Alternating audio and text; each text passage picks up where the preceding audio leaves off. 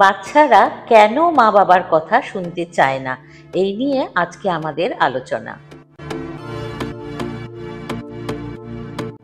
পেরেন্টসরা নিজেরা যদি ফোন বা অন্যান্য কাজ নিয়ে ব্যস্ত থাকেন, তাহলে বাচ্চারা খুব স্বাভাবিকভাবেই ইগনোরড ফিল করে এবং কথা শুনতে চায় না।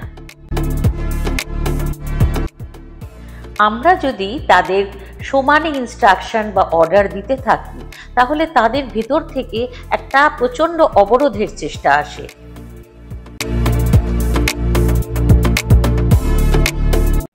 আমাদের আনক্লিয়ার ইনস্ট্রাকশনে কিন্তু বাচ্চাদের সমস্যা হয়। ইনস্ট্রাকশন যেন সিম্পল, ডাইরেক্ট এবং সহজেই বোধগম্য হতে হবে বাচ্চাদের কাছে। কিভাবে আমরা ইনস্ট্রাকশন দিচ্ছি বাচ্চাদের, সেটা কিন্তু ভীষণভাবে ম্যাটার করে।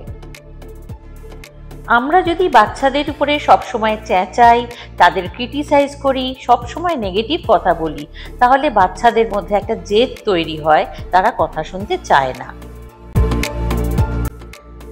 নিয়মের পর নিয়ম, রেস্ট্রিকশনের পর রেস্ট্রিকশন যদি আমরা বাচ্চাদের উপর চাপিয়ে দিই, সেইখান থেকে কিন্তু বাচ্চারা বিপন্ন বোধ করে এবং সেইখান থেকেই তাদের জেদ করা, বিরোধিতা করা এবং অসম্মান করার অভ্যাস তৈরি হয়।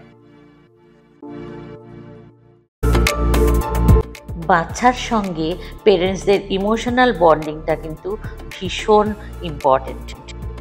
বাচ্চা যদি ফিল করে যে তার সঙ্গে তার পেরেন্টসদের একটা দূরত্ব তৈরি হয়ে যাচ্ছে বা তাকে কেউ বুঝতে পারছে না, সেই কমিউনিকেশন গ্যাপটা কিন্তু তার জন্য খুব ক্ষতিকর হয়ে যায়।